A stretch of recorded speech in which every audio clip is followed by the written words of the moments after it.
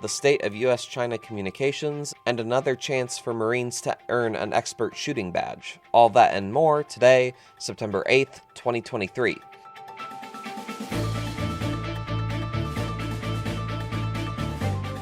Good morning, Early Birds. I'm Zamone Perez, and this is the Early Bird Brief, produced by Defense News and Military Times. Before we get started, just a heads up to tune into our episode on Monday to learn more about the Army pilot from the Vietnam War who was awarded the Medal of Honor on Tuesday. Now back to the show.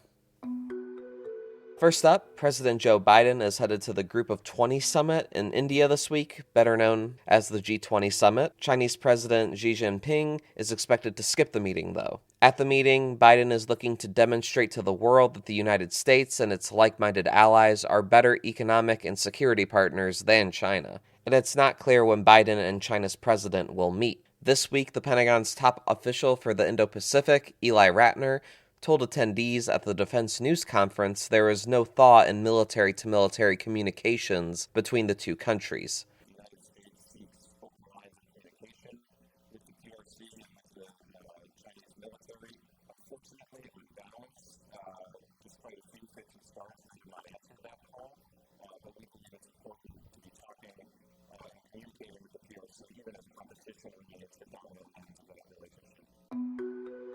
Here's why it matters. Military communications are important because of the potential for crisis in the region. The Chinese and U.S. militaries operate in the same areas, with potential for an accidental confrontation to spiral. Ratner said China has increased its number of unsafe intercepts of U.S. and allies' military assets in recent years. In May, the U.S. military said a Chinese fighter jet flew aggressively close to U.S. aircraft. The following month, a Chinese warship reportedly cut off an American destroyer. Ratner argued open dialogue can help de-escalate situations. China suspended military channels last August when then Speaker of the House Nancy Pelosi visited Taiwan. China considers the island nation of Taiwan as a renegade province that Beijing has threatened to take back by force.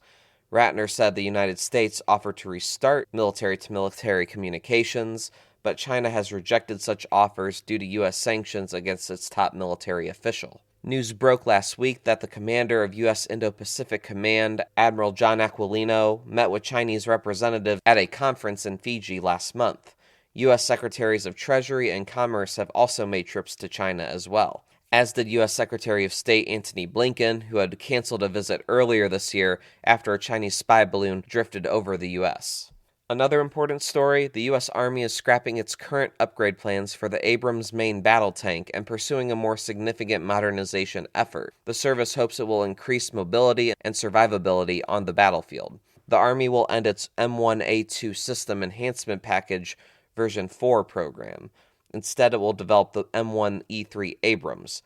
Army Undersecretary Gabe Camarillo said Wednesday at the Defense News Conference in Arlington, Virginia, that the upgrade will not go into production as planned. The M1E3 Abrams will reportedly include the best features of the M1A2 SEP V4 with technology that allows for faster and more efficient upgrades. The Army did not detail what the new version may include. However, Abrams manufacturer General Dynamic Land Systems brought Abrams X to last year's Association of the U.S. Army conference. The company said it is using Abrams X to define what is possible in terms of weight reduction, improved survivability, and a more efficient logistics tail. The Army plans to produce the M1A2 SEP V3 at a reduced rate until it can transition the M1E3 into production. The M1E3 is expected to reach initial operational capability in the early 2030s. In other news, the Air Force is preparing for a quick start plan to launch programs without a budget. For more on this, Defense News senior air warfare reporter Stephen Losey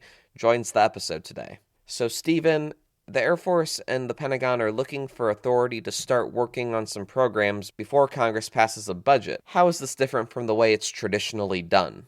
So usually when the Air Force wants to start a new program, an entirely new program, they got to wait for Congress to pass a spending bill that authorizes them to spend new money on these programs. The problem comes when Congress doesn't pass a spending bill on time, which it hasn't done in many, many years. And what happens then is the Defense Department, like the rest of the government, has to operate under what's called a continuing resolution. They can keep operating, but can only spend the same amount of money that was authorized and appropriated for them to spend in the previous year. If a program is unchanged, that's not a super huge problem. When you're trying to start a brand new program up and there wasn't any money in the previous year's budget, that makes it really, really hard to get the ball rolling on some of these programs that might be really important. At least the Air Force and the DoD thinks they're really important.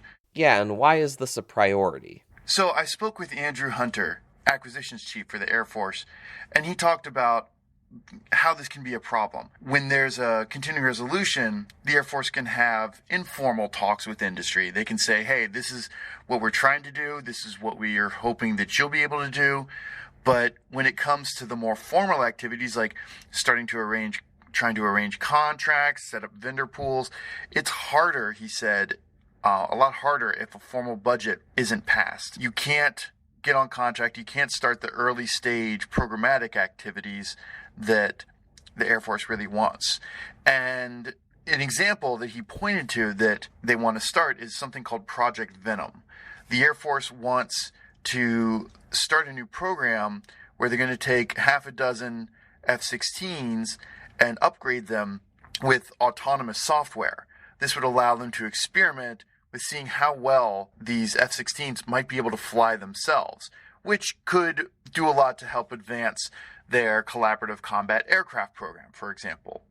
So it's a brand new program. They want to spend $50 million on it in 2024, but before budget's passed, they can't really get the ball rolling on it. They can't really start things up on it. So how is the Air Force trying to solve this issue? The Air Force earlier this year proposed an idea where they would be allowed to start preliminary work on some of these vital projects before the Congress specifically allows them and approves funding for them in the upcoming year. This would let them do kind of the real early stage work on a project, like requirement studies, risk reduction, design activities. Andrew Hunter, the Air Force's acquisition chief, said this would really go a long way to mitigate some of the pain that comes for the department when they have to operate under a continuing resolution for several months at a time. The Air Force is calling this a quick start program, is how Andrew Hunter was referring to it. And originally, the idea would have let the services use up to $300 million to start new programs before a budget was passed. Now, originally, the idea didn't get a whole lot of traction on the Hill. When the House and Senate introduced their versions of the National Defense Authorization Act, it wasn't in the mix there. It still isn't part of the House's version of the NDAA, but the Senate made a change that was proposed by Senators Sherrod Brown and Tom Cotton back in July that included a version of the Quick Start proposal. Now, it's different from what the Air Force and the DoD was originally envisioning. Instead of $300 million, it's now been slimmed down a little bit to $100 million.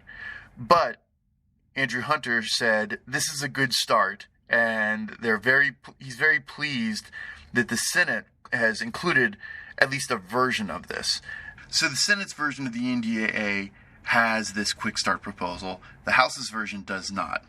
So what comes next is a conference between the House and Senate to resolve the differences between the two bills. Mr. Hunter and other DoD officials are trying to talk to people on the House side to try to alleviate some of their concerns. He thinks that some of the changes that the Senate made do go a long way to fixing some of the House's concerns about this, but they're trying to talk to the House to make sure they understand why the Pentagon thinks this is so important and get it in the final NDAA that passes through the conference process.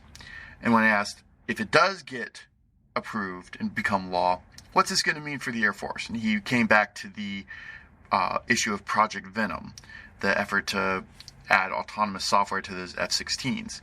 He said that if the Quick Start proposal does pass, the Air Force could readjust funding, take some money from one part of the budget, move it over to Project Venom, and start working on those jets already. It could allow the Air Force to start buying the physical parts for the modified F-16s, could allow them to start software work, could allow them to start design work. They could really start to do some of the work that is necessary for this project that they think is very important. Thanks, Stephen. If you enjoyed our conversation today, please like and rate us wherever you get your podcasts. Also on the radar for today, Marines will get more chances to earn the Expert Shooting Badge.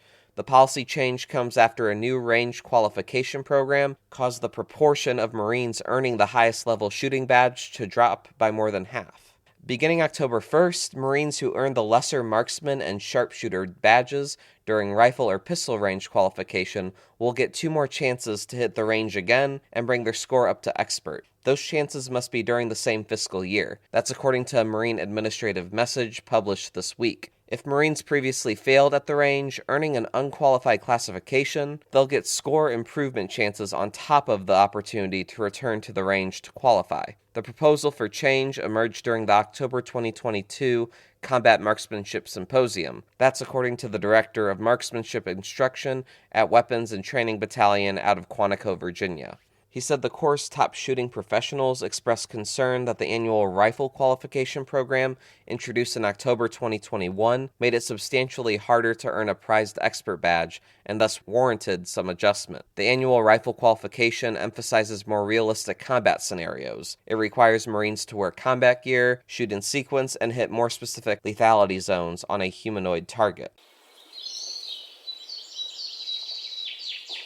And now here's some other stories that we're hearing chirps about. The felony convictions of 4 Navy officers in the Fat Leonard bribery scandal were vacated on Wednesday. It's the latest setback to the government's years-long effort in going after dozens of military officials tied to defense contractor Leonard Francis Glenn. Meanwhile, a White House national security official told the Associated Press anonymously that President Joe Biden refused to approve some of the conditions that lawyers for the defendants in the 9/11 attacks had sought in a possible plea bargain. The refusal leaves it to military prosecutors and defense lawyers to hash out an agreement on a plea bargain. And the ousted president of the African nation of Gabon was reportedly freed yesterday to embark on a medical trip. That's according to the country's new military leaders. The president had been under house arrest since he was deposed last week. And on this day in history, just last year, Queen Elizabeth II died. She was the longest reigning monarch in British history. Head of the armed forces as the sovereign of the United Kingdom, the Queen passed the crown to her eldest son, now King Charles III.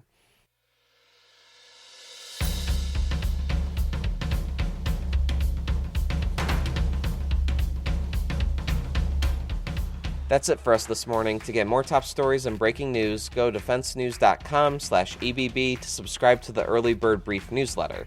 Please give us a like, rating, and a comment wherever you get your podcasts, and be sure to follow us on social media at @defense_news and at Military Times. The Early Bird Brief is hosted and produced by me, Zamone Z. Perez. Today's episode featured stories by Noah Robertson, Jed Johnson, Stephen Losey, and Hope Hodge-Seck.